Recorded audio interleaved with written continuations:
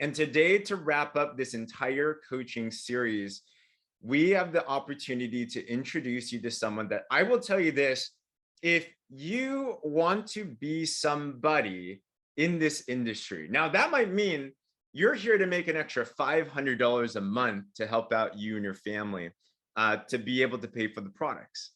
That might also mean that you're looking to make a significant income. You're looking to maybe make an extra 5,000 a month so you can be able to replace that job or get away from that boss you might not like. And also there's people here that when the word fortune comes, and fortune is, it's one of those cliche words. It sounds nice and everything.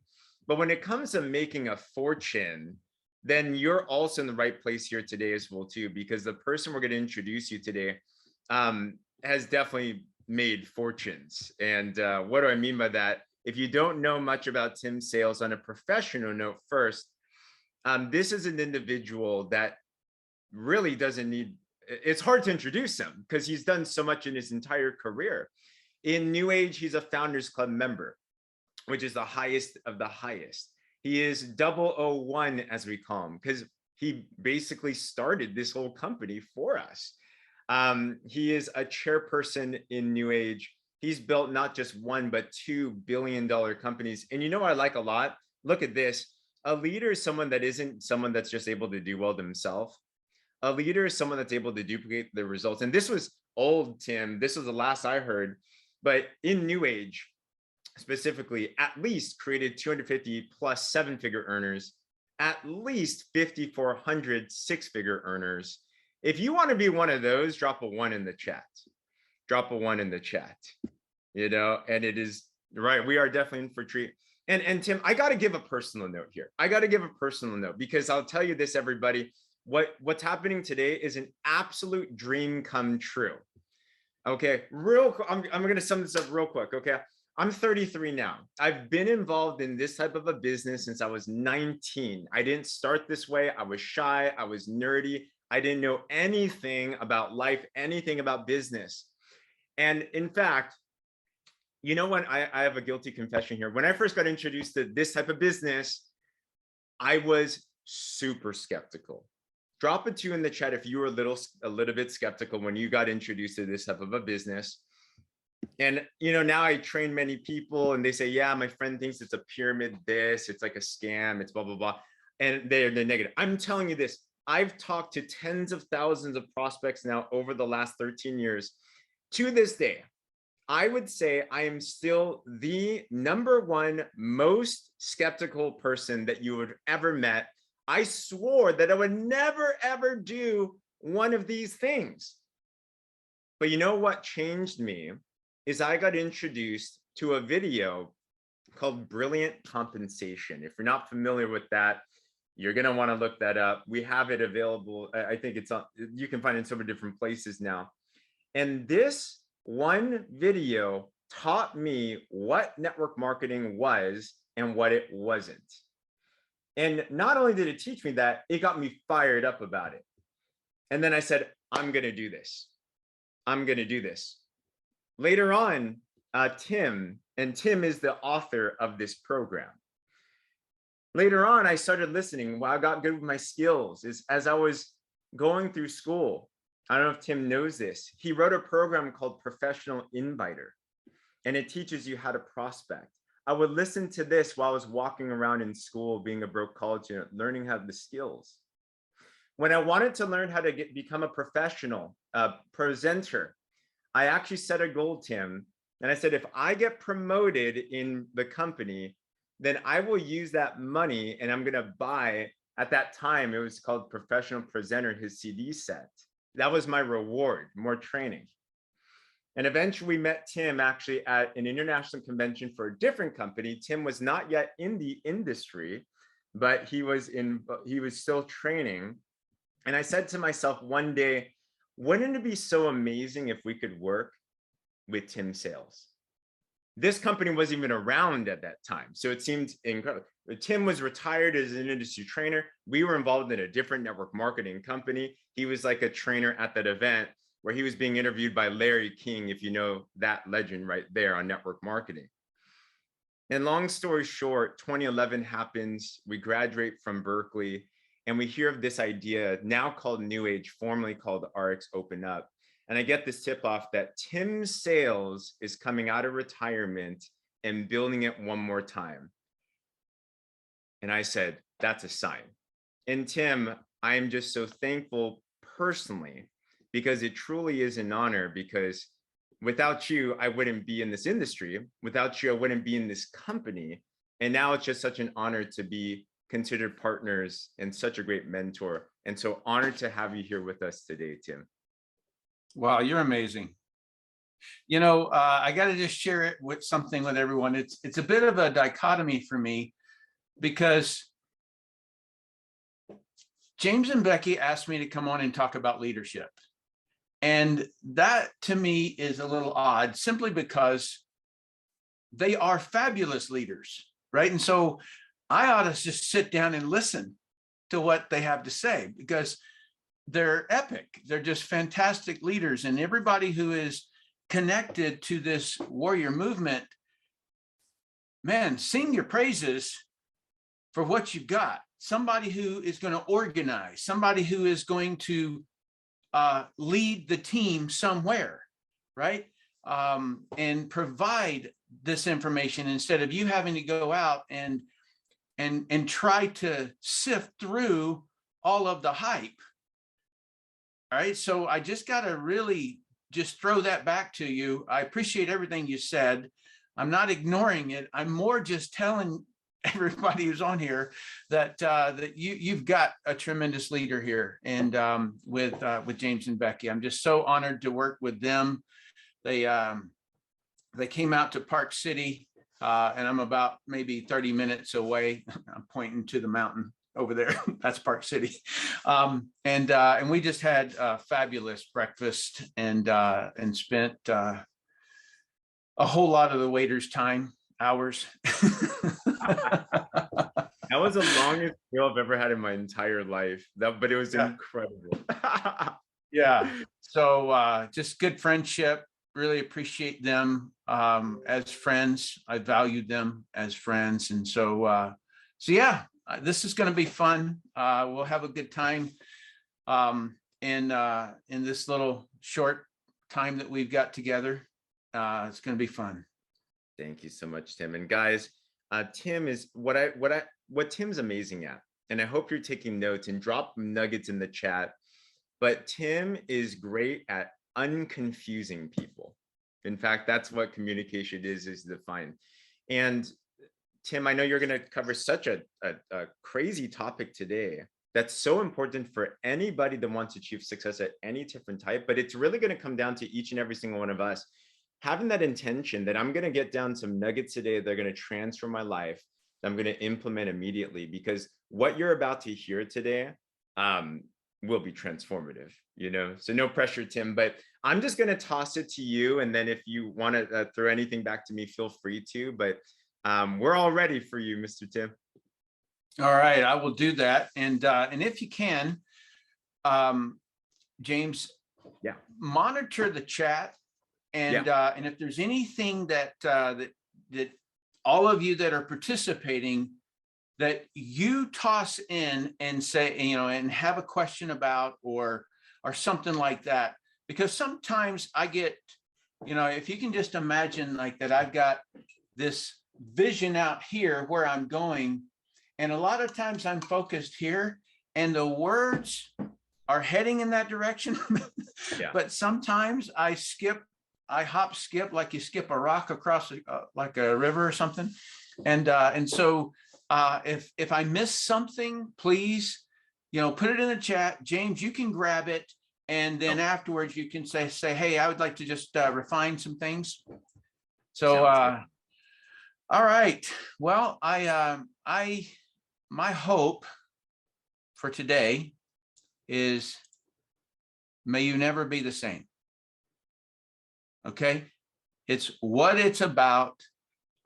We all find ourselves, you know, kind of stuck, a little confused, a little procrastination, a little this, a little that, and And that, I believe, is one of my favorite things about this industry, is because you don't get this typically in life. All right. And so I'm going to share my screen and get us started here.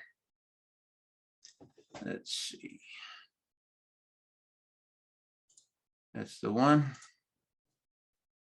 All right. So James, if you can just let me know that you can see that and all is well. Yep. All right. So if you don't know me, you don't know the one thing that is my driving force, and that is freedom. And no matter what I say, remember this conversation? No matter what I say, I'm always heading towards trying to get you more freedom in your life. That is what I'm trying to do, because it has become my purpose to get freedom from a kid, from a level of kid level. And I'm talking about probably 9 years old or 8 years old. That was my idea. All right. And so I then joined the U.S. Navy.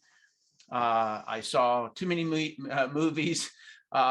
The special operations I was not aware of, but when I got in, became aware of it. And if I'm going to be trying to get freedom for my country, then I want to serve at the highest level of that. Why serve at the lowest level? And so it's always been my drive. And in my family heritage, everybody in my family, as far back as grandfathers went, had always served in the military. And there was just this rule that it was, you serve your country and then you get a job. And so that was, so when I was 17 years old, I joined the Navy. And then at some, I don't know, I guess 9 years later, I decided that I was ready to move on and I wanted to have a family. All right. And so I'll get a little bit more into that in just a second. So on that ship that you're looking at, you can see up here, this is a Navy ship. And that is what's called a swim buddy. So that's me, and that's my swim buddy. And we are trained like no training you've ever seen in your life to connect with a buddy. And he's going to save your life and you're going to save his life. And if one of you dies, then you're carrying that guy home. And I'm talking about from wherever you are, you're going to get that guy back. So no one left behind. And so he and I took a college course while we were on that ship. That's the USS Missouri. And we were in the Persian Gulf. And there was a professor that had flown out to teach courses, and this was a personal finance course. And this is a joke to me because I had a sea bag that had 3 pair of underwear, 2 pairs of pants, 2 shirts, 3 t-shirts, a hat and boots, and I always had those on, and 3 pair of socks. And that's all I had. I didn't have any civilian clothes. I didn't have any money.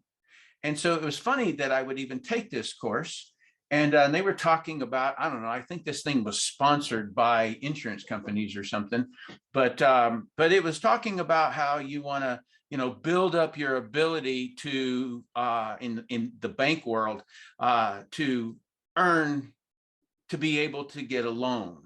All right. So they were teaching you that, and they were teaching you to buy US savings bonds, things like that. And so, but there was one thing the professor said, and he was oh, by the way, it was a toss off the shoulder as he was walking across the short little stateroom that we were in. And he said, if you want to make a lot of money, you have to either own it or sell it.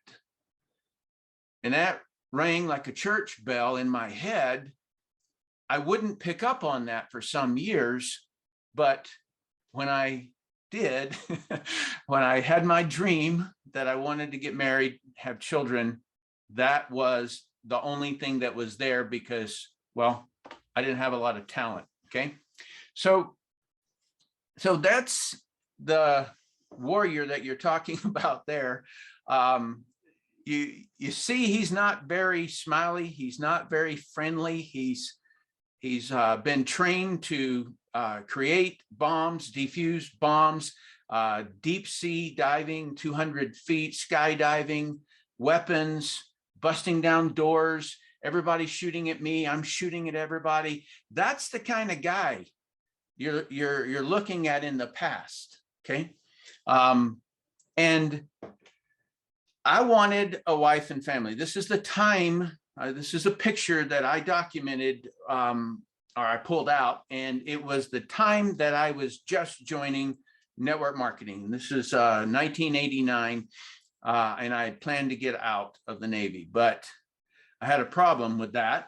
So I wanted a family, but no woman would want my lifestyle or my travel schedule. Literally, I would say something like, I would have said something like, okay, so I'm packing my stuff. I got to leave, and I can't tell you where I'm going. I can't tell you when I'm coming back. And so, you know, be well and leave. That was my life. And I could come back in 2 weeks. I could come back in 6 months, right? You're not allowed to tell. So that, I knew no woman would want that. Like, who would want that, right? I had no marketable skills other than creating bombs or defusing bombs or weapons or, you know, mercenary or something like that. And I didn't want to do that. No formal education. So I have, you know, a high school diploma, and I was a very silent personality. I mean, James, there's no way that you could be more silent or shy or anybody in the world, okay? Because you go back to any of my friends and they're going to tell you one thing about Tim: he never talked, ever, right? He was great in battle because he was never going to alert the enemy. Like, he just never talked. And I would go over to people's house, like my buddy's house. I remember this guy in Jacksonville. And so, you know, I sat down with his family, we had dinner. And so she like says, you know, well, thank you for being such a great friend to my son, Randy. And she turned and kissed Randy goodbye and said, does he ever talk? I didn't say a single thing the entire time at dinner. So that kind of gives you an idea of the identity of who I was at that time. I didn't know of a job where I could spend my life with my desired family. I didn't want to see my wife and children for only 3 to 4 hours a day. That to me was not what I wanted for a family. Okay. And yes, you know, people have to work, they have to work all day. And that's just kind of the way the whole thing is rigged. And so that was the problems that I had. These problems shaped my vision. All right. So I'm not telling you this because I'm trying to get you interested in me. What I'm trying to do is I'm trying to show you a position I was in, the problems that I was in, and then how this became a solution. All right. So the problems shaped my vision. All right. So I needed to I needed to solve all those problems. Every bit of that was a problem for me because that was who I was. And I needed to become something else. All right. And that is a thing that people have a scarcity of. Well, you know, that's not who I am. Well, I'm a doctor. Well, I'm a this. Well, I'm a that. No, you can be anything you want to be, right? Like that. Like that. You know, it just it surprises you. Okay, so I answered an ad in the newspaper in the Washington Post. That's where I was located at the time. And a guy, you know, it was a sales position that I answered the ad for. Remember that whole thing? You either have to own it or sell it. Well, there you go. That's where the church bell rang. And so I answered that ad, and I went and I heard this gentleman here His name was Dr. Hung Tai Wong. He was a research chemist at NIH, National Institutes of Health. He had 2 PhDs, and one of my considerations was that I could go to college. For what? I don't know. It was just that they always asked for my credentials if I look for a job. And so, oh, okay, I needed more education. All right. And Dr. Wong, with 2 PhDs, he's standing up on this stage, and it was maybe about 40 people in the room in Washington, D.C. And he said, last month, I made $88,000 for the month. I didn't hear anything else. Okay, like nothing. He spoke in broken English. He spoke in broken English. He was from Hong Kong, and he spoke in broken English, and he was very funny. But I was like, it was suddenly just this hit where all I could do is calculate what was that on an annual basis. And I thought, if I could just do that for 2 years, I'd be set for life. That's the way I viewed life at that time, because I had lived on like $1,500 a month, you know, for the last 8, 9 years. So needless to say, I joined, okay? Because at the end of that meeting, the guy that had ran the ad in the newspaper and had invited me to see this meeting, he looked at me and he said, "Are you ready to start, or do you have any questions?" And it was the greatest close ever, because I just said, I don't really even know what I'd be doing, but I want that. Okay, that's what I said. And so he said, "All right, let's get you started." And it was a you know, a bouncy start for me. You know, I was going to be selling skincare. I didn't use this stuff ever. So, you know, like my hair was too short to even care what kind of shampoo I had. I always had like cami paint on my face, and so who cares? You know, like that was my world. So anyway, if you don't mind, and by the way, I did hit that number within, let's see, about a year, like 2.5 years. I hit that number, and then I kept going. Now I didn't beat him because he kept growing too. It was just that that number was, you know, and it was 2 8s. And I find it very interesting that the RX logo is 2 8s upside down. And so anyway, it was just wild to me. And so if you will please allow me to share what leadership I brought and deployed into the people that I would recruit and train and make leaders themselves. Okay, because the military does have some good things in there, and they're not airy. In other words, they're structured. This is what you do. Okay, so if you don't mind, I would like to share those with you. Please. So number one, to be a leader is, as they say in the military, you got to be squared away.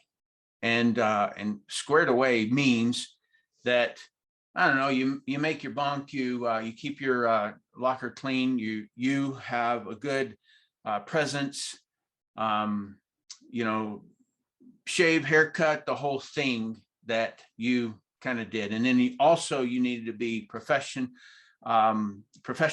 at your post. In other words, what your job was. And so a leader must lead self first, control actions of their body, their area, etc. Okay, so I'm going to walk you through something, and this was epic for me. And it was, I have been learning in my mind and you know, like seeing something, seeing behaviors, taking somebody who's got these struggles and assisting them and things like that.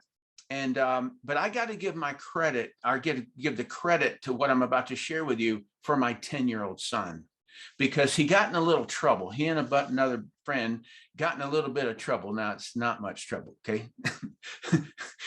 I live on a farm, okay, so it's not much trouble. But my job, in my view, as a dad, is to be my son's best friend. I have 7 summers left with him. Do I really need to be a control freak? No, that's not who I am. Because what I want to do is I want to develop the self-determinism, because there's probably not 100 doors that people can go through, and 99 of them are a trap. And so I want my son to learn how to, when he gets himself in trouble, how to back himself out, get back on the path and go straight, get what he wants, okay? Because there's a lot of traps. And so I was walking him through and I said, son, what is it that, you know, so he knew he was in trouble, and he's sitting in my office right here in this thing. I had this whole Jamboard sketched in writing and all of these different things. And he's sitting in a chair that was like right over there. And I said, okay, son, so how do you choose your friends? And he goes, what? What do you mean, how do I choose my friends? That they're just friends. And I go, well, how do you choose not to be friends with somebody? And he's like, Dad, I don't choose. You know, if somebody talks to me, I talk to them. So, okay. Well, all right. So what is it about your friend that you guys have in common? He says Fortnite. And I go, oh, okay. All right, good. All right. So we've got an establishment of how to connect friends. Okay. So what if one of those friends of yours, because of Fortnite, pulls you over out of Fortnite and then gets you to take on his sneaky identity? And my son goes, I don't have a clue what you're saying. And I go, okay. All right. So you had to have taken on somebody else's identity of being sneaky to do what you two did, right? And he goes, yeah, I guess. And so I went over and I got a jacket and I said, I want you to picture, son, that this right here is the sneaky jacket, okay? And you didn't have that before. And then you took an identity from somebody else. You didn't take it away from them. You merged, you took on an identity that kid had. And so you slid on this jacket of sneaky. All right. And so you put that on as an identity and you started sneaking around. Right. And then you got caught, and that's the reason we're sitting here. And he goes, okay. I said, all right, good.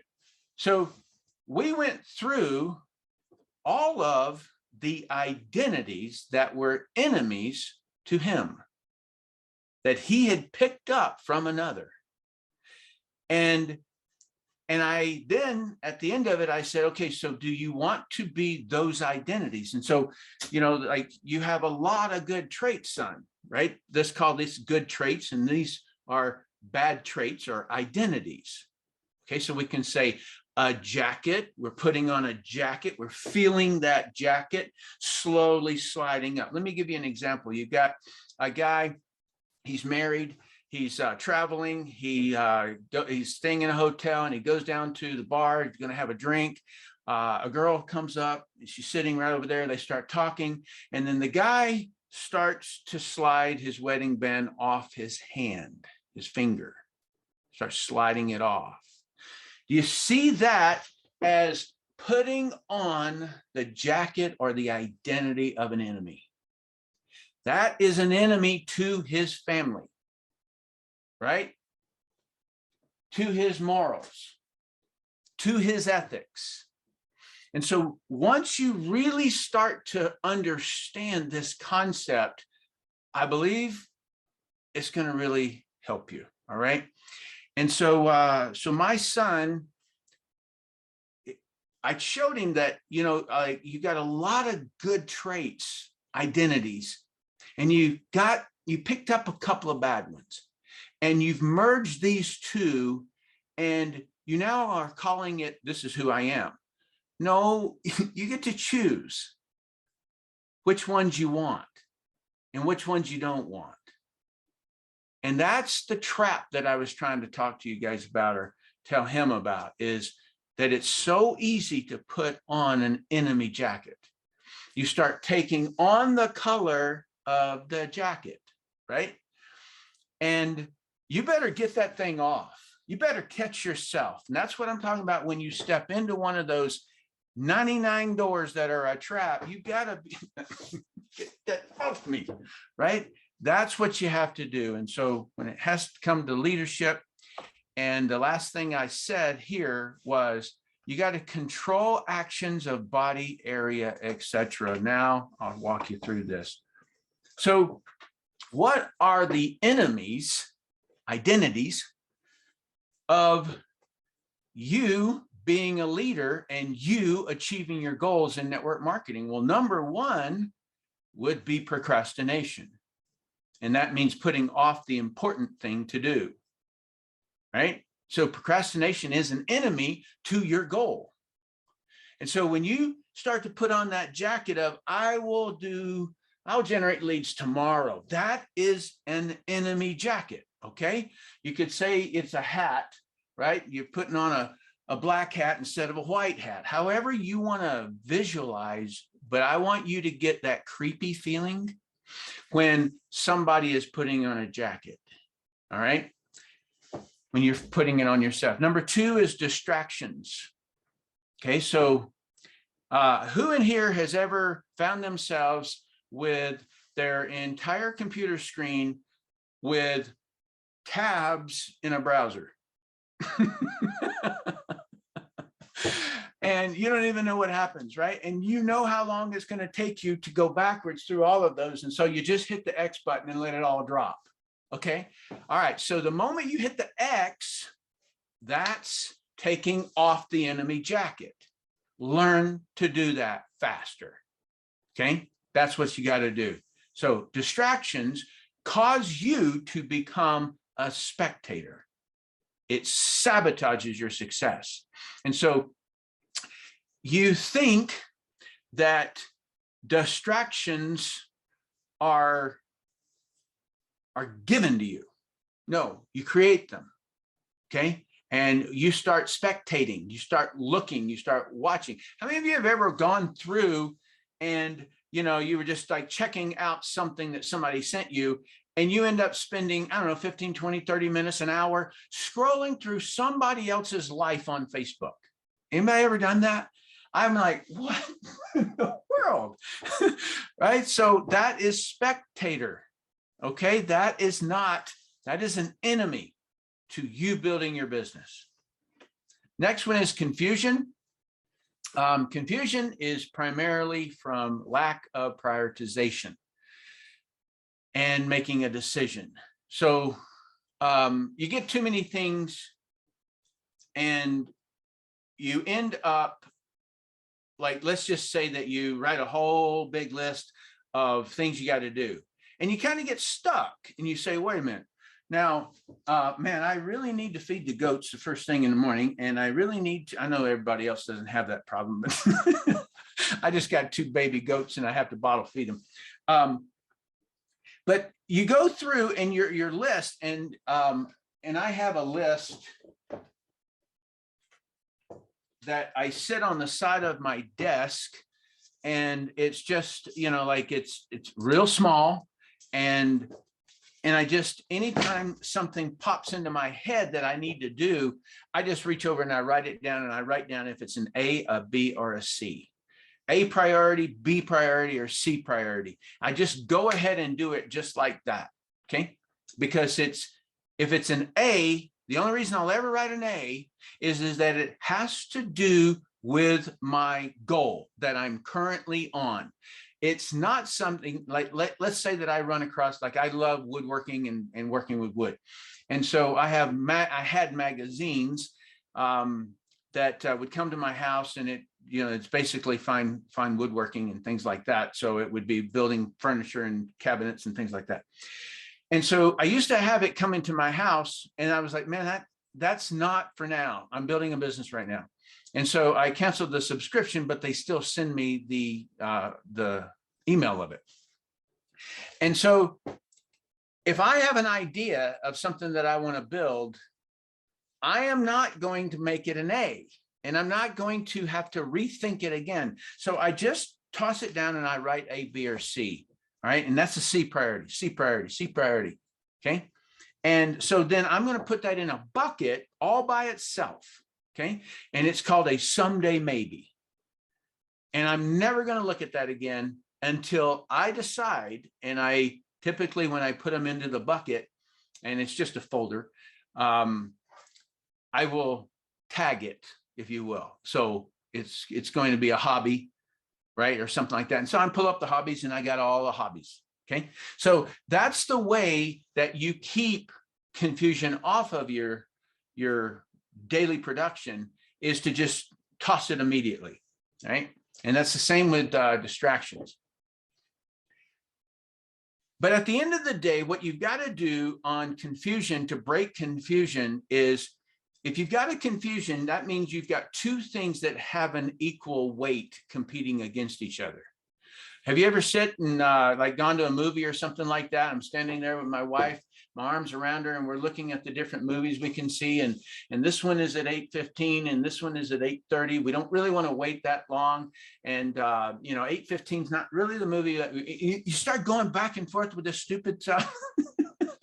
In other words, it has to do with, it's got an equal weight, right? And you are the one that gets to do the tiebreaker. And you just say, we're going with one of them, or you sit there and you talk about it for so long, and all of a sudden, well, we missed the 8:15, so let's go to 8:30. So you've got to just recognize when you get two things that have the same value or appear to have the same value. And so you just got to break the tie. And the less thought, the better. Just make the decision. Even if it's wrong, then you can turn around and say, that was a bad decision. I'm going to go out and go into this movie theater, right? That's the way you got to make it, and you got to decide quick. Number 4 is you get stuck in an old habit and routine that was a solution at one time, right? So you've got your jacket on, right? You've been wearing this jacket. Sorry, I got to fight this thing. Okay, so you got the jacket on, and this is the jacket you decided earlier. And now this jacket has become an enemy because, like, let's say that, this jacket is your job jacket, and you put it on because you had to do that in order to finance the business that you're building. And so then you end up where your business starts growing a little bit of something like that. And then you never take off this jacket, because this is an old habit and routine. How many of you have ever gone on a diet, know what you're going to eat, but eat other stuff? That's called, you're still stuck in your old habits and routines.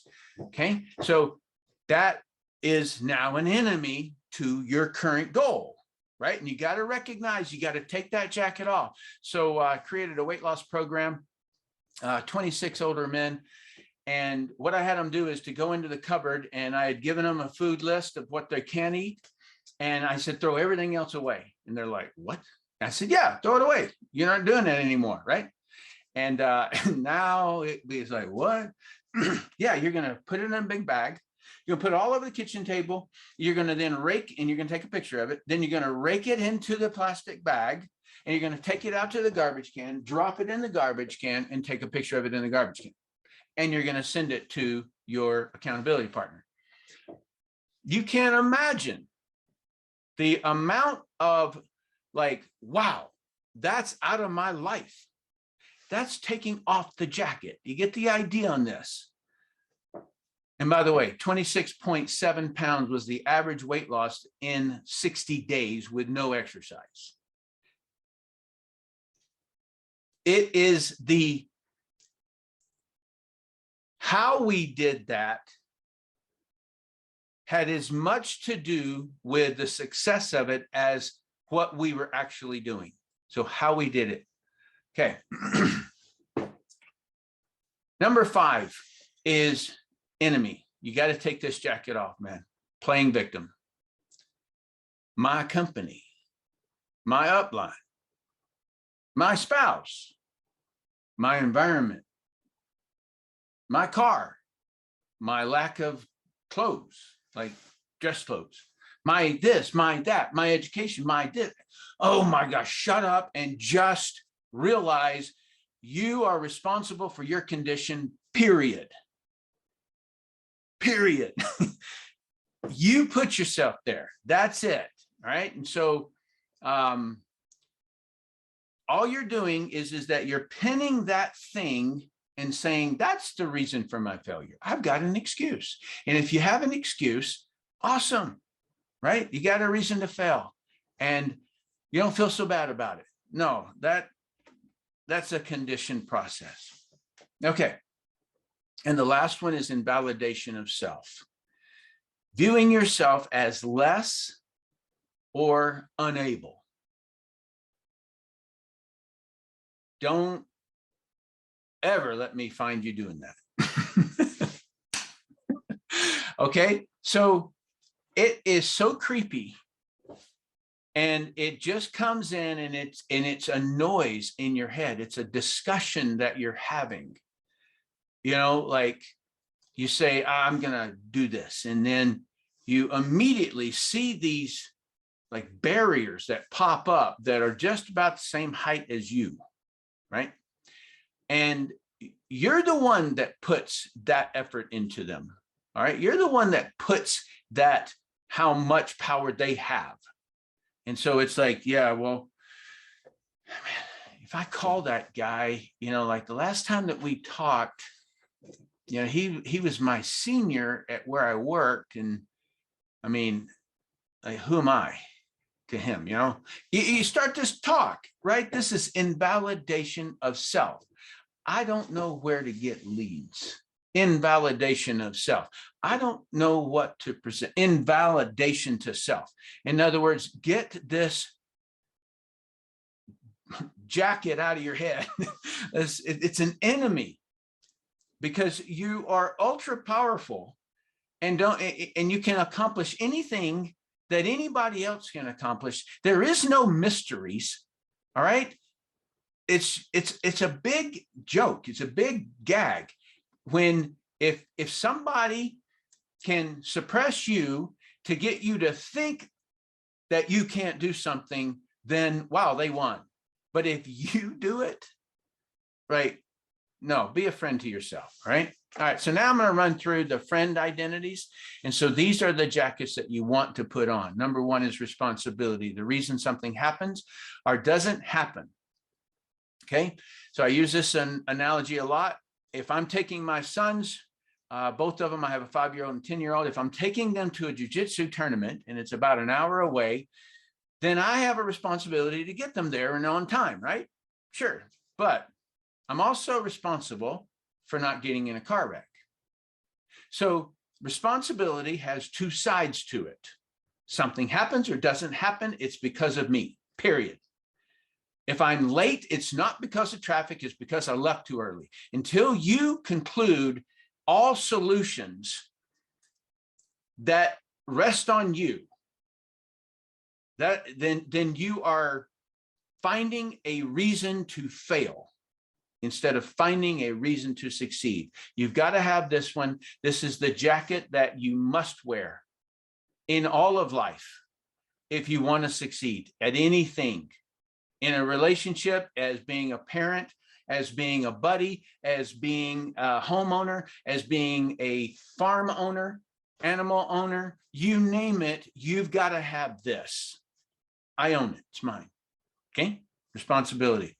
And then ownership, it's very similar, but there is a little like razor blade thin difference. And the reason I put it here is ownership states how much breadth of responsibility you take on.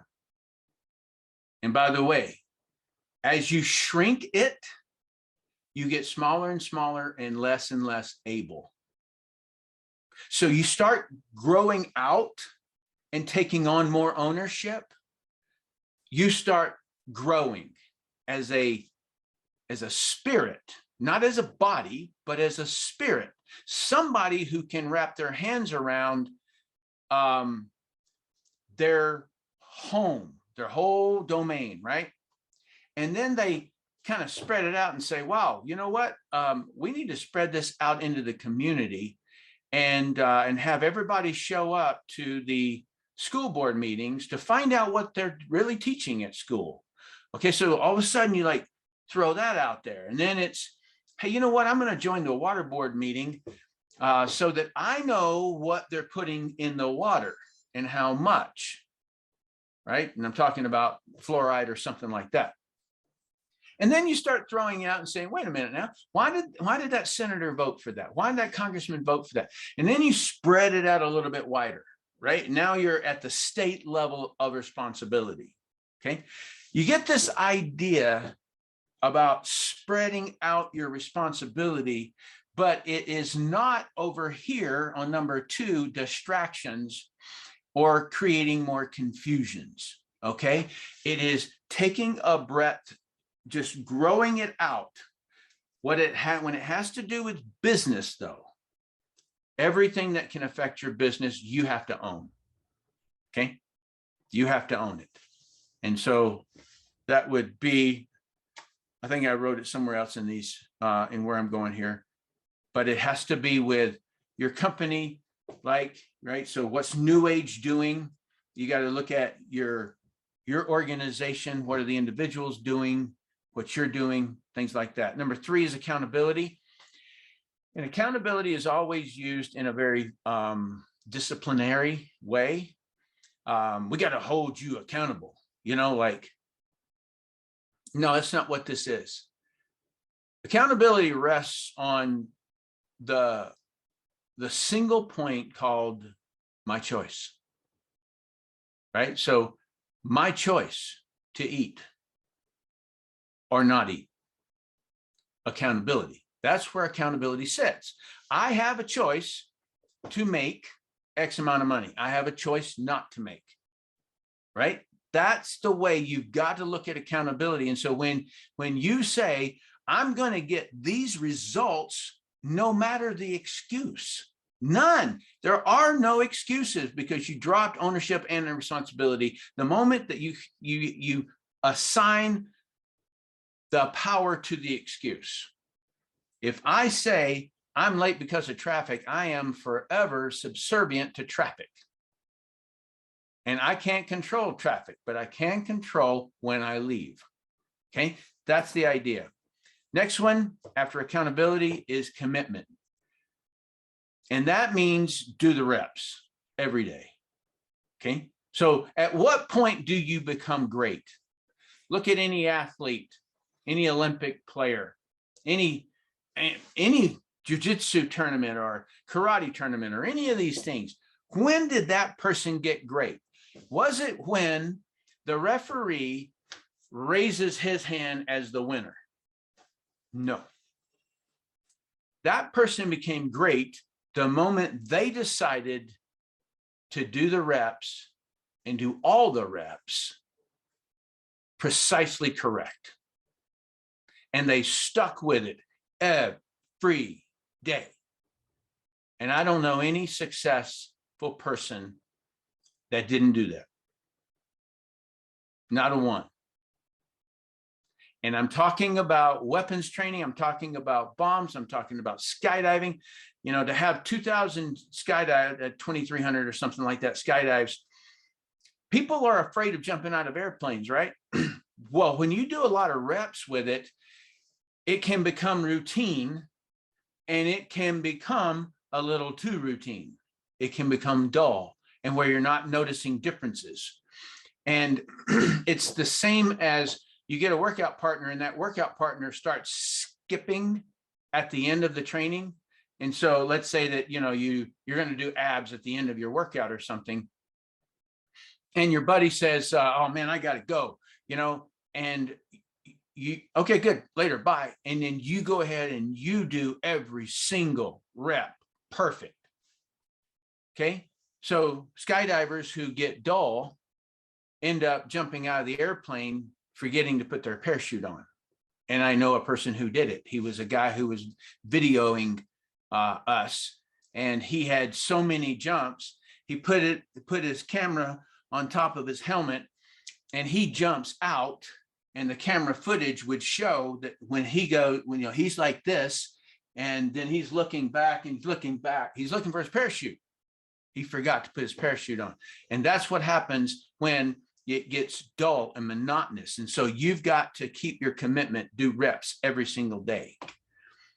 And then number 5 is showing up fired up to win. Don't come in weak. Okay, show up fired up, because there's no other way to be. Like, I see people like they're stirring their cup of tea at 10 o'clock in the morning. You're like, what? What are you doing? Like, get after it. So I want you guys just to experience something. Just take your average day, and I hope tomorrow morning you wake up and you have this idea in your head that I'm about to give you, because it's the way I live my life. So your standard kind of operating basis, and then you happen to have a flight that leaves at 7 o'clock in the morning on the way to Orlando, and you're on the West Coast, and so you got to get to the airport. Okay, so how different is that day compared to your standard day? So how do you have a little bit more zest in your move? Do you make decisions a little bit faster? Do you like negate procrastination? Do you get right out of bed when your alarm clock goes off? You know, like, do you really have to wait for the shower to get completely warm before you just go ahead and get in, because you got to get in the shower and get out of there, right? So it's that quickness. And so that's what I always connect to myself about showing up fired up to win the day. Because let's face it, you say, well, I'm really, really tired. Well, what if the house is on fire? Are you going to like drag around, or are you going to get your stuff and get out of there? Right? So it's a perspective that you put into it. So what I'm just showed you here is side by side the enemies that you can be wearing, and you better get them out of your life, because they will prevent the friends, because they are dichotomies. Okay, one, you can't have both. You're gonna have to choose a side. And if you're not choosing because you haven't been aware of it, well, then I hope I have served you in being able to push one of these out. Okay, so, all right, none of these identities, all of these. So how did I, back in 1989 to 1995, late 1989 to 1995, how did I get to $150,000 a month in 5 years? Well, because I had a whole lot more friend identities than I did enemy identities. Okay. And then how did I do it again? 18 years later, after I had retired, when I came into RX. Okay. Same thing. It's just an identity. That's all it is. Okay. So if you've seen anything that I have ever done, I always show this thing because it's just it makes me giggle to hear anybody say, oh, well, network marketing, blah, blah, blah. When you break down the doingness of network marketing, And you say, okay, well, what do we do? Well, we're going to generate a lead. We're going to contact the lead. We're going to set an appointment for them to see a presentation. Well, sometimes we don't have to do that. We may drive them to see a video. So we contact them and we just send them a video, right? Okay. And then we follow up with them unless they signed up or bought as a customer right there at the presentation level, right? And then we serve them. We help them get what they really wanted. And then we make money. And we do the same thing with reps.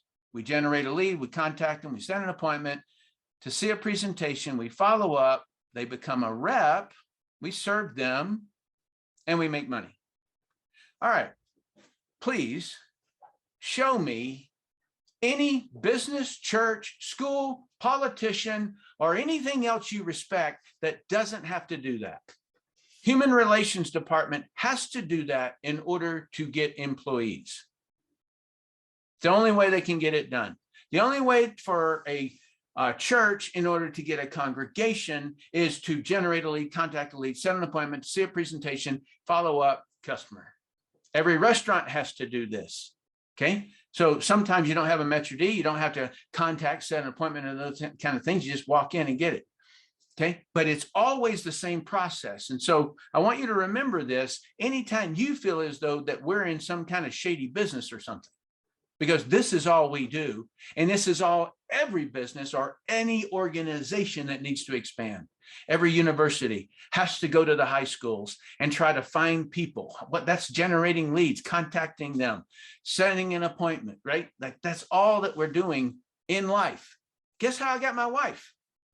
I generated a lead. I contacted, right? Over and over and over and over and over and over until I found the queen of all my dreams. Okay. All right. It's quantity, not desperation. You're not contacting people in desperation for them to join your business. You don't need them. No, you don't need them. Okay. You're offering an opportunity. And in my mind, it's $88,000 a month. But that, you know, however you want to think it, because as James pointed out, I have had a lot of people on my team. I didn't make them millionaires. They made themselves millionaires. Okay. So that's the way I think it. All right. So I've now gotten through step one of a leader. All right. So now I'm going to go to number 2. You must get a team to lead. Okay. So in order to be a leader, you have to get a team. And that's prerequisite number 1 is to get a team. And I just showed you the pipeline. That's how you generate a team. Number 3 is you must know the goals and purposes. This is what he or she, you, is leading the team to achieve. Okay, so there is no such thing as a leader that doesn't have a team. And if a leader has a team, what is it that they are? What is the leader driving the team to go get? Right? And I already told you mine on the opening slide, freedom.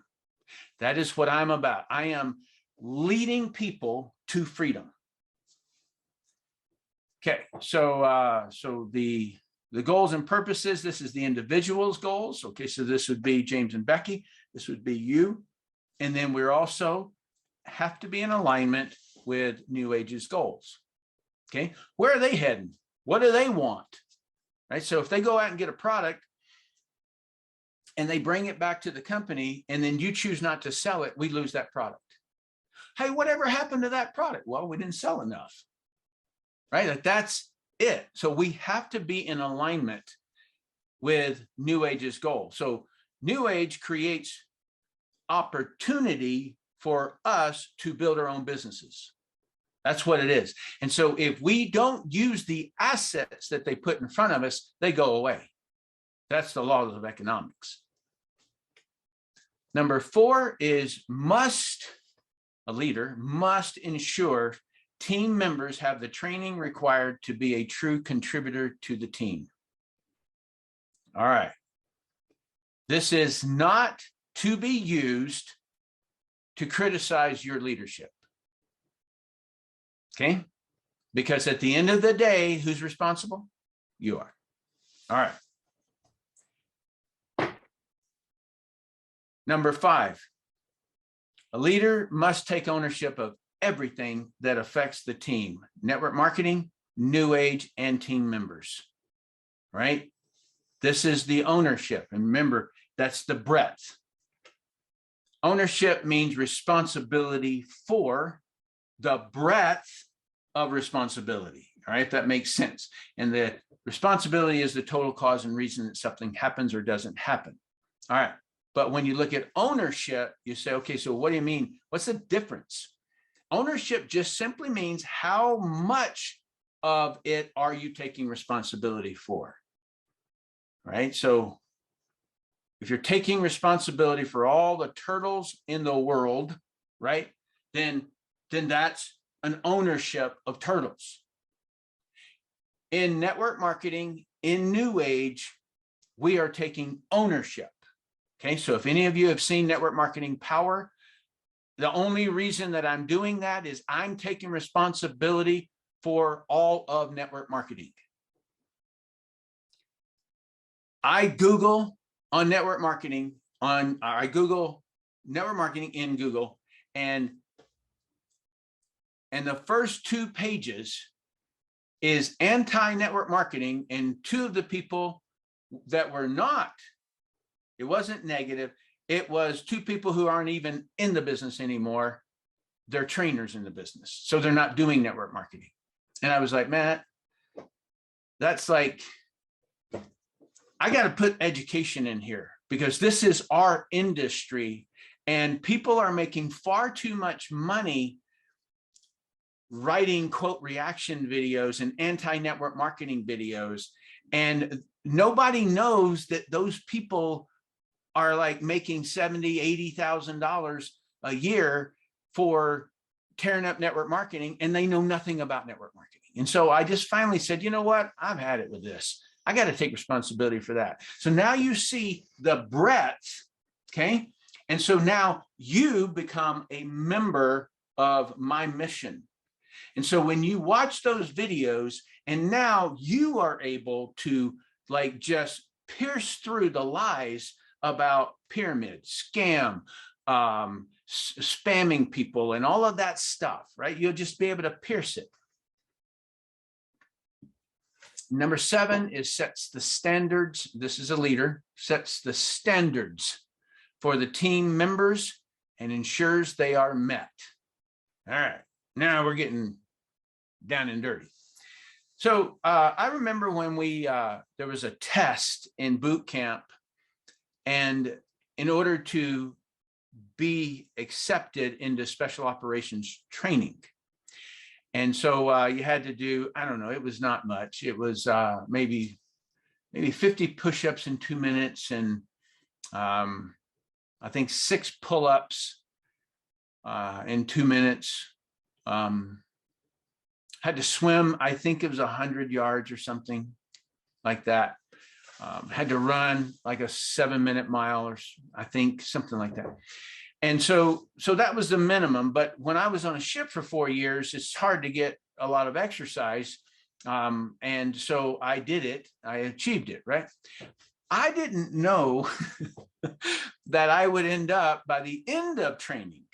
See, they had us do 50 push-ups in 2 minutes, 3 times a day in the first 2 or 3 days of training. And then they would increase that until we were doing 500 push-ups a day. And we were running a long, long way, and we were swimming a long, long way, like 6 miles. And so how did we grow? How did we gain that ability? Well, have you ever thought about what is special operations? Well, it's special training. It's special standards. Standards get raised and raised and raised and raised and raised. So whoever created the United States Navy SEAL team looked out across all of the special forces in all of the world, different countries, and said, who's the best? And what are their requirements of their student to graduate? And so they looked at those and they raised them. Well, we need to be a little bit better in being a sniper. We need to be a little bit better in being able to swim long distance. We need a little bit better than this. That's how they raise the standard. That's how all elite teams are created.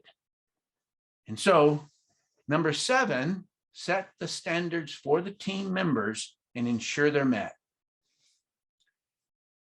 You as a budding leader, budding meaning kind of like little baby horns on a goat or a deer. You have to allow the leader that you have to move you up. Okay, you're putting on better and better and better jackets. You're getting better and better and better and better at the things that will get you to achieve your goals. Never would I have done 500 push-ups a day if I wasn't a part of a team. Are you kidding? No way, right? So let the team like embrace what the leadership is trying to get you to do, because it is for your good. All right, so this is just a visual of this. And so this is the pipeline again. And right here, let's just say that we start off and everybody in their first couple of weeks, after you get signed up in logistics would be, you know, how do you place an order? How do you do this? How do you do that at the company? And so you just get people to do 5 leads across the pipeline in a week. If a person will not do 5 leads across the pipeline, they don't qualify for any business. There is no business in the world that you wouldn't have to move 5 prospects. The typical type of, like, it's more like about 50 in the traditional world. And if you've got a job as a salesperson and you are being paid to sell, not commission, but you're being paid to sell. If you're not moving 20, 30 leads across pipeline a day, you're fired. Done. Bye. We're not paying you to do nothing. That's what they say. That's what a Procter & Gamble is going to do. That's what a John Deere tractor company is going to do. You know, like, go find farms. Go get our products in there. Okay, so allow a minimum standard, and it's going to be a little confronting. You're confronting something that you've not done before. And so don't say, I've never done this before, right? Okay, of course not. But you know what? You never ate pizza before you ate pizza, and you never, kissed a guy until you kissed a guy. That's what we do. We do new things, right? All right. So you set a standard, get a new rep to that standard in each column. Raise the standard, get them to that new standard. Repeat.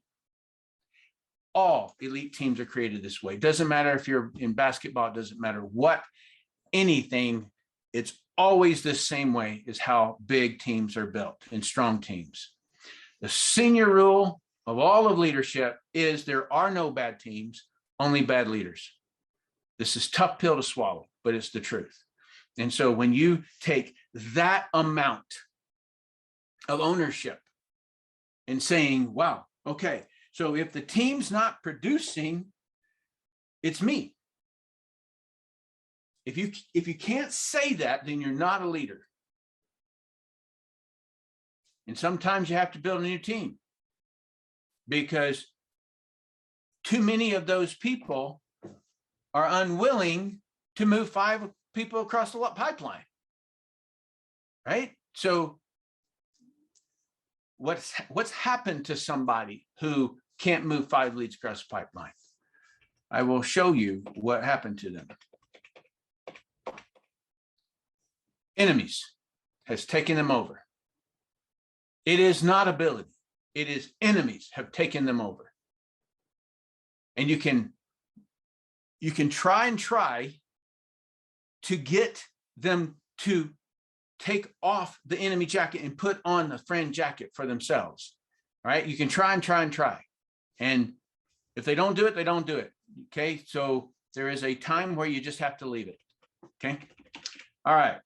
Now I want to conclude my story that I started with you. I did achieve my dream. Okay. Network marketing did work and does work. Okay. So I found that girl. Okay. Her name is Laura. That is my beautiful bride. And we live a life that is just so fun. I don't know who that guy is. Over here, we're zip lining off the top of where we got married. We got married up on top of a mountain called Bear Claw. And it's really up where you're standing there. It's off this side and off of that side of the mountain. In other words, you're looking out across both sides. That's where we got married, and we zip lined off that mountain. My wife is not a daredevil, she calls me. We're business partners. We're just best friends. Every year we go back up to Bear Claw. We stand on that mountain, renew our vows. They have a supper club that we're a part of to go up there and eat every August. Here we are in Park City. I'm Santa Claus there. This is our little tiny home. We had big homes, and we didn't like them. Okay, we didn't like them, and we would lose our kids. We had bedrooms that the cleaning lady was the only lady who'd ever gone in that place. We'd lose our kids in the closets of those places, and so we bought a farm. And farmers don't put money in the houses. What farmers do is they put money in the fields, okay, and in their tractors and stuff like that. And so we lived in that for, I guess, about 5 years or so. And then we basically gutted the whole thing out and then rebuilt what we wanted. And so that's our front yard there. This is from the berry patch. The berry patch is kind of like right here, just on the inside there. Took me 7 years to get a berry to grow, and now we can't eat enough. We got a river that runs through our property. It's called the Provo River. There's 1.5 million acres of parkland behind us, and so that we can ride horses and ATVs and all of that, motorcycles. And this is just a fun playing ground. This is Tristan when he was, I don't know, about 1.5 years, 2 years there. That's Braxton. This is Braxton. He is now gone from watching me fish to fishing. Okay. And that is the joy. This is our kind of traffic jam. There's cows in the road, so we have to wait until the cows want to move, because you can't do anything about it. And all across here, I don't know if you can see it, but right here, all of that is sheep going by our front yard. And it's on the road, and so we can't get out of our driveway. This is the traffic jams we want, me and my wife, okay? This is the kind of kid trouble we want, that they're playing in the mud, okay? They got inside the fence, and now they're in the horses, and oh my gosh, the horse can trample them. No, the horses are smarter than people think. And this is the last thing. This is my inspiration. Right outside the window, right there, is I have the honor of having a hawk that lives on my property, a whole family of hawks. And I have named that hawk Freedom. And it is, he or she, I don't know what it is, but it inspires me, because I remember one time when I bought this property, I couldn't get a loan. And the reason being is because when I joined RX, my other company had terminated my income check. They later bought my business, but at the time it was, they didn't want me as a competitor. And so they just made that move. And so I didn't have that income. And so I had to get a loan shark kind of a deal, like 8% interest on the money. And now there hasn't been a house sold in this area for 70 years because it was mostly homesteaded and nobody would ever let it out of the family because it's, 1.5 million acres of snow melt creates the Provo River that runs all the way to the Gulf of Mexico. And so this is like the primo.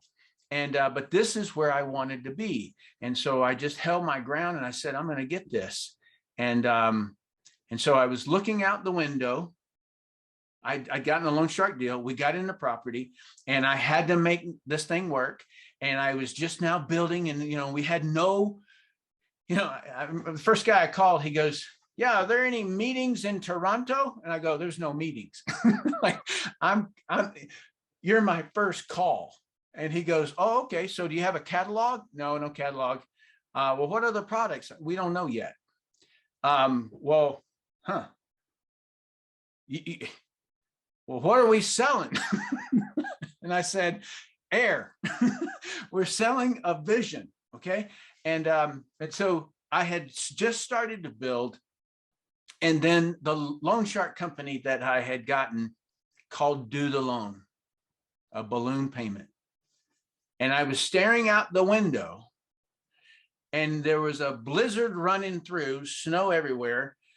Snow was a horizontal and I saw Freedom, the hawk, up in that tree. And I just looked at, I'm just going to call it her. I just looked at it and I see her launch out of the tree and the snow pops off the wings. And he starts cutting across the field that's right there in front of me and goes down onto the ground and comes up with a mouse or something, muskrat, I don't know, and flaps and carries this thing up. And I was like, you don't have any days off, do you, Freedom? And that's what I was scratching my chin watching this bird. And I was like, man, that's all I needed to see. And so I then crushed it. I made it work no matter what. And I was able to pay off the loan. And I want everybody to have this. I want everybody to have the ownership. I want everybody to know the simplicity of what it really is. It's not hard. Don't make drama out of it. Don't make, I'm going to get out of the screen here. Look at this board and, make that board angry. No, the board's not angry. You can put anger into it and get anger back. Put enthusiasm into the board, right? Just look at it, make it enthusiastic, right? So everything is a reflection of what you are putting into it. And so if you want this thing to be hard, oh man, you can make it so hard. If you want to make this thing easy, you can make it so easy. Just giggle at it. All right. That's all I have. My gosh, that was a masterclass in running life and everything. Drop a 10 in the chat if you just got your life forever changed. Oh, wow. You're awesome. Absolutely. And Tim, this is my reflection, right? And I hope you guys get this as well too, is I hope you took Tim's conversation as a direct coaching to you. If you allow is the word that Tim used, allow. And I'm thinking to myself, what do I need to take more ownership of? What do I need to take more responsibility of? Right. And even for me and the team, for example, a leader is someone that assumes all responsibility for all results. Right. And I just think there's no bad team. There's only bad leaders. And I take that real personal in a powerful way, which is so it is sobering, but it's the truth, right? It is. And my hopes is that you take that too, whether you're a team of 10, 5, 1. It starts with a team of 1, right? That's the results as well too. And if you just click in everything that you just said, Tim, it is the beginning of absolute transformation, because it does start just like that. You can take off the enemies of the jacket just like that. And you can adopt the friends jacket as well too, just like that. And I want to start from pretty much scratch. I want to redo. I want to take my standards to a different level. So my question would be this on 5 across, very technical question. When you say 5 across the pipeline, are you saying 5 leads that successfully make it all the way through a presentation? Or are you just saying 5 you contacted, you initiated like that? What's your standard? Okay, so to make sure that I put it in context, okay, that you've got a new person, right? So they're new. They don't know a whole lot that's going on. And there is what I call the runway. And that is the amount of time that you are rolling on the ground, and then you start to take flight. All right. And so if the runway is too long, it locks them in to being professional education in network marketing instead of producing. They don't get any dones. Okay. And they become absolute experts, but can't do anything. So, and there you get what a lot of the trainers are actually doing out there. If like when I wrote Brilliant Compensation and then I retired for 18 years, somebody had come up to me at some point and said, Tim, why aren't you in network marketing if you love it so much? And I said, well, I retired and I'm still getting my check and blah, blah, blah, blah. Yeah, I know. But if you loved it, you'd be doing it. Like, I gave him an answer, but later I was like, you know what? He's right. Okay. My point being there's a runway, and I want you guys to always just picture when you've got a new person started is where is that runway? Where's the lift? Okay. And so what I want to do is I want to get them through the logistics of signing up. Here's the back office. Here's how you log into the back office. Here is where you set your auto delivery. You change your auto delivery. Here is where that's logistics. Get that stuff done in the first 2 or 3 days. Now get them into moving a lead across the pipeline. Just do 1, just do 2, just do 3, do 4. And what am I saying? Am I saying that it goes all the way to the presentation? I'm saying in that context, just get them moving it. All right. If they move it from lead that's in their phone to pulling it up to saying, hey, I just saw a product I think you would like, or something, right? They just message it. Okay. Get that airplane off the ground. Airplanes don't do well in rough terrain on the ground, right? It's just like a hawk. When the hawk lands, its life's in danger. They don't do well on the ground. So that's the answer to that one, buddy. Makes total sense. Makes total sense. And this is what I'm thinking right now. This is my call to action is a question. Drop a one in the chat if you'd want to see Tim again. You'd want to see Tim again. And, easy now. He's going to try to close me on the stage here. I'm assuming you're going to the Orlando event. I am. End of August. If you guys know, we're working up next week. We have our War Movement Experience, the most powerful movement network marketing event. But we work from event to event. And we have around a 90-day runway or so, right? So the big one is the Newage Orlando Dare to Dream Conference. It's going to be August 26th to 28th. This is what I'm thinking, Tim, personally. Like my commitment is I want to make sure that by the next time I see you at that event, that I can come up to you and say, Tim, that conversation that you gave that day forever changed my life. And the intent that you had in the beginning of that talk, I can say that it actually happened within me. Look at what I did. Look at what I did, and look who this has impacted as well too. Because what do you give someone that has already his dreams in the world? And I know, Tim, you do your whole if you guys aren't subscribed to his network marketing channel, subscribe.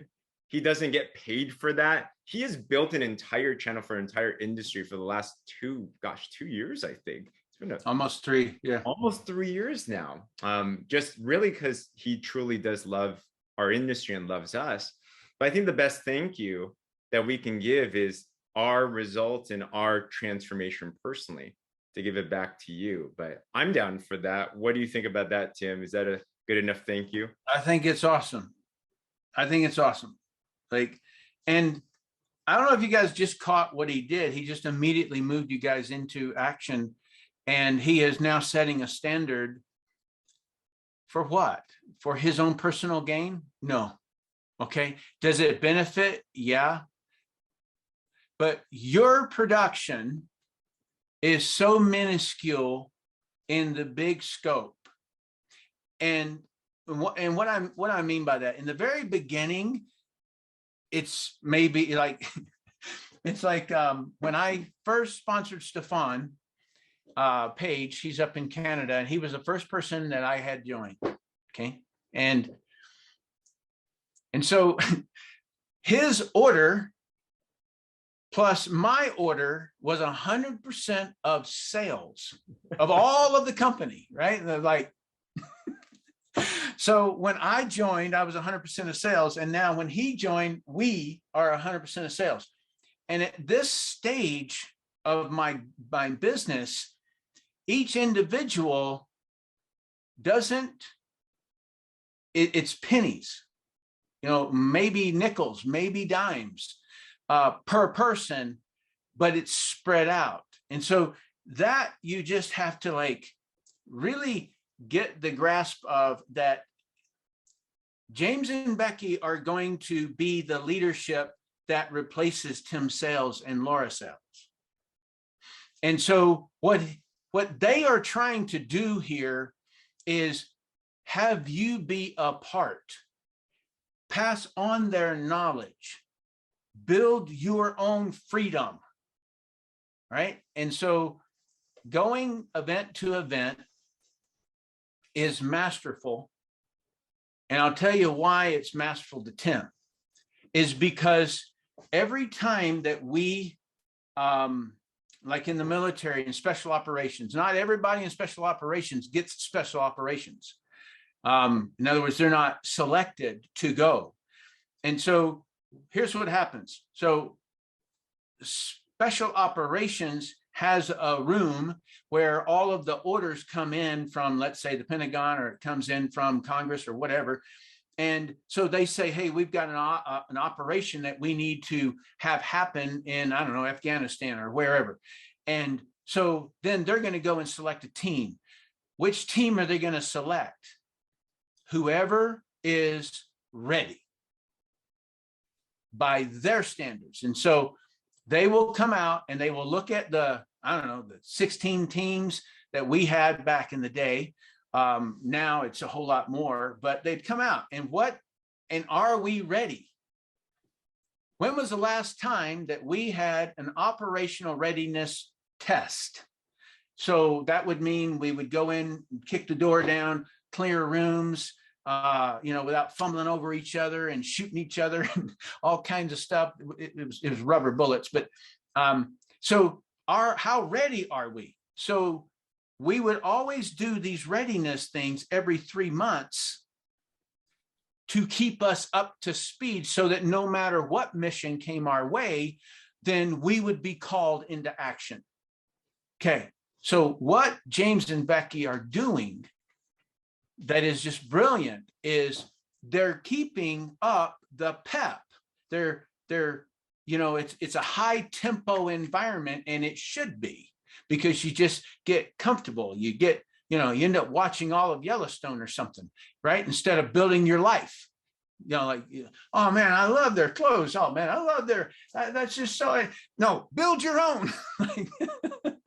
So anyway, that's what I think about events. I think that it's an absolute, it is the end, it's the mission, is to be there with how many people? That's the mission.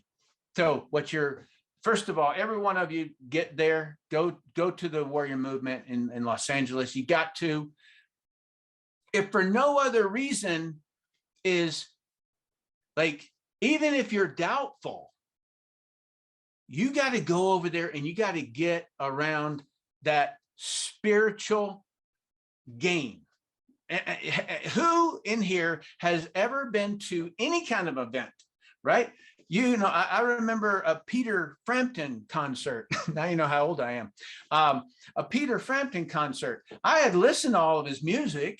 I don't need to go. I can buy his music. But man, was it like, whoa, this is like incredible, you know, like, because it was all of the people who love Peter Frampton, right?